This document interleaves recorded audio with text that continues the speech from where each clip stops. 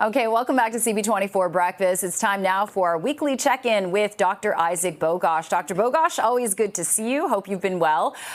Let's get into it. An outbreak of tuberculosis has been declared by public health officials in Edmonton's core in the wake of Canada, as we know, losing its measles elimination status. So how does this news go over with you? Yeah, I mean, listen, we have tuberculosis in Canada. We obviously never want to see outbreaks of this. But Canada has tuberculosis. People might think this is something that happens elsewhere in the world. It doesn't. It also happens here. And it's a challenging infection because it can infect a lot of different people. Anyone is at risk, but the real people who are at risk in Canada or greatest risk are people who are living in shelters, people who are incarcerated. We see a lot of it in new immigrants to Canada who come from areas that are more endemic for tuberculosis. Mm-hmm. And we see it in some Indigenous communities as well.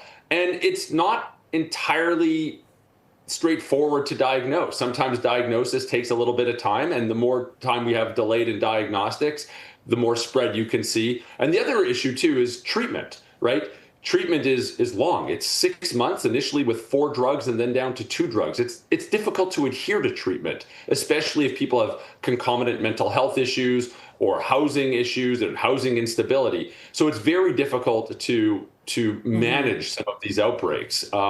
Anyways, it's been done. We can do it. Public health can certainly do it, but it's always a bit of a challenge. Yeah, for sure.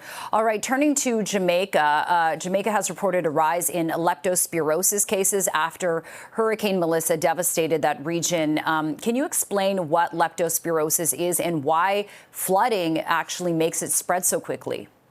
Yeah, when you have awful weather events that result in tremendous flooding, sadly, like we've seen in Jamaica, you get infections associated with water. Leptospirosis is one of them. We still have this infection in Canada, not a ton of it, but after flooding, you certainly see it, especially in tropical areas.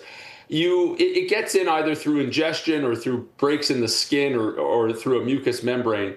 And the spectrum of illness is pretty broad. Some people will have a mild fever and it gets better with antibiotics, but some people can get very, very sick from this, and it can impact kidneys, the liver, the brain, and people can succumb to this illness because it can be so severe. The diagnostics are terrible. It takes a long time to diagnose. You have to think about it, and the tests are rather sophisticated and have a long turnaround time. So if there's an outbreak like this, the doctors usually just suspect it and treat it. We say treat it empirically with a readily available antibiotic, but it can be severe. The other infections to watch out for are hepatitis A, hepatitis E, cholera.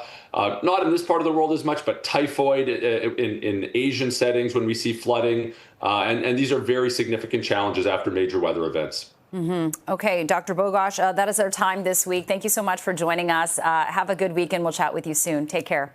Thank you, Jennifer.